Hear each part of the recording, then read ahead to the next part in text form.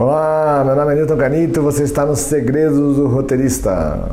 Nos vídeos anteriores a gente falou aqui dos modelos dramáticos, a comédia, a tragédia, a farsa, a melodrama, e vamos avançar um pouquinho, né, nesses aspectos, antecipando algumas coisas também que a gente aprofunda nos cursos, mas aumentar um pouquinho e chegar nos momentos que esses gêneros estão na fronteira, onde eles começam a se misturar, estão na fronteira. Uma das fronteiras interessantes que existe muito no mundo é o que a gente chama de tragédia moderna. O que é tragédia moderna? A tragédia clássica, como a gente disse, é um personagem que está acima de nós, um personagem que tem soberbo, enfrenta o mundo e é uma espécie de herói.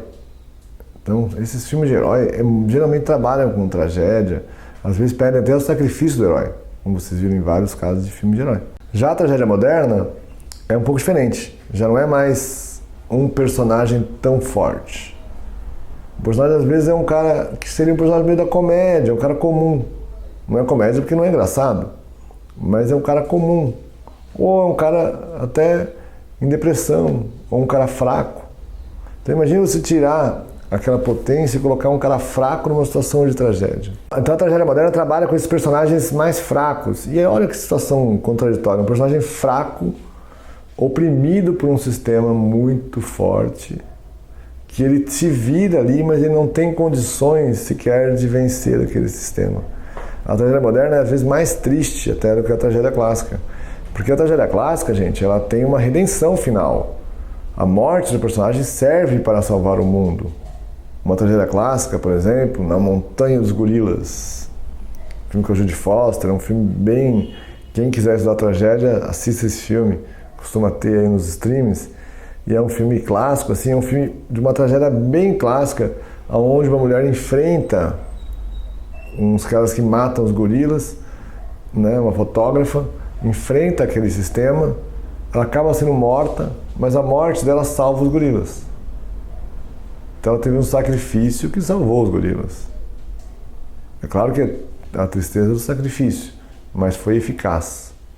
Na tragédia moderna, às vezes, nem é eficaz.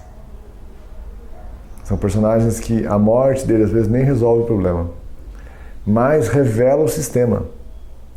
É muito triste, são histórias tristes, mas que revelam o sistema. Então, a tragédia moderna... E é engraçado a tragédia moderna, né? Tem vários filmes de tragédia moderna acontecendo, né? Eu trabalhei com tragédia moderna na série 9mm, que é uma série que eu fiz para a Fox, ficou uns anos também na Netflix, foi um grande sucesso, passou em vários países, e é uma série que eu criei toda a série, que é uma série de policial, mas não é um policial fortão, como o Capitão Nascimento. É um policial, são policiais pequenos,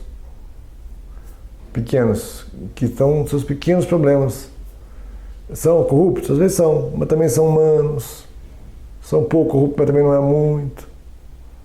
Sabe? Mas depois se arrepende. A tragédia moderna permite muito esse rompimento do maniqueísmo e desse cotidiano, né? Então ali você consegue trabalhar com esse gênero, fazendo uma série comum policial e que faz bastante sucesso. E também queria aqui, ainda nessa linha de analisar um pouco de tragédia, comparar também a tragédia com o melodrama no seguinte aspecto. O melodrama, a gente falou, é um gênero que surgiu da burguesia, é um gênero da sala de estar, é um gênero que acontece às famílias, né? Não é um gênero muito adequado para conflitos políticos. Se você pega uma história política, uma história de um presidente, uma história de um revolucionário, e encaixa essa história dentro de uma lógica de melodrama, o que acontece? Você despolitiza a história. Que o melodrama, ele não gosta muito de política, ele acha a política o reino da falsidade, o reino da esfera pública, o reino onde as pessoas são falsas. O melodrama odeia a falsidade, tudo que ele busca é autenticidade, né? E a política, as pessoas são falsas, se fantasiam, mudam de ideias, tudo isso. A gente é muito formado na matriz do melodrama, e nessa matriz do melodrama, falso seria uma coisa ruim. Então, aí o que acontece? Fica buscando aquelas histórias que tratam toda a questão política como se fosse uma questão pessoal. Você tira as esferas, o sistema. Você tira, por exemplo, o machismo estrutural da sociedade patriarcal, você tira o racismo estrutural, você trata tudo como se fosse questões pessoais. Então tem que ficar atento de cada história. Se você pegar uma história que exige um tema mais público, um assunto público, um assunto que é um sistema que perpassa a sociedade, se você quiser encaixar no melodrama, pode dar errado. Ou pode dar errado, ou pode fazer um filme simplório, maniqueísta, que só aumenta o conflito, só gera ódio e não gera um entendimento de como que é o sistema. Enquanto que muito do que o público busca, gente, é o entendimento de como é que é o sistema.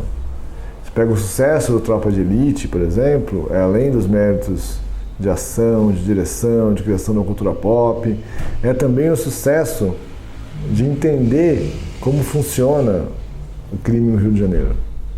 De entender qual que é o sistema por trás daquilo. Quais são as máfias por trás e entender como é que funciona. Você vê no jornal, como é que é? Um monte de gente morrendo. Você não sabe o sistema. No filme você entende um pouco o sistema. Então, isso já são filmes que mostram a esfera pública. Então, fiquem atentos.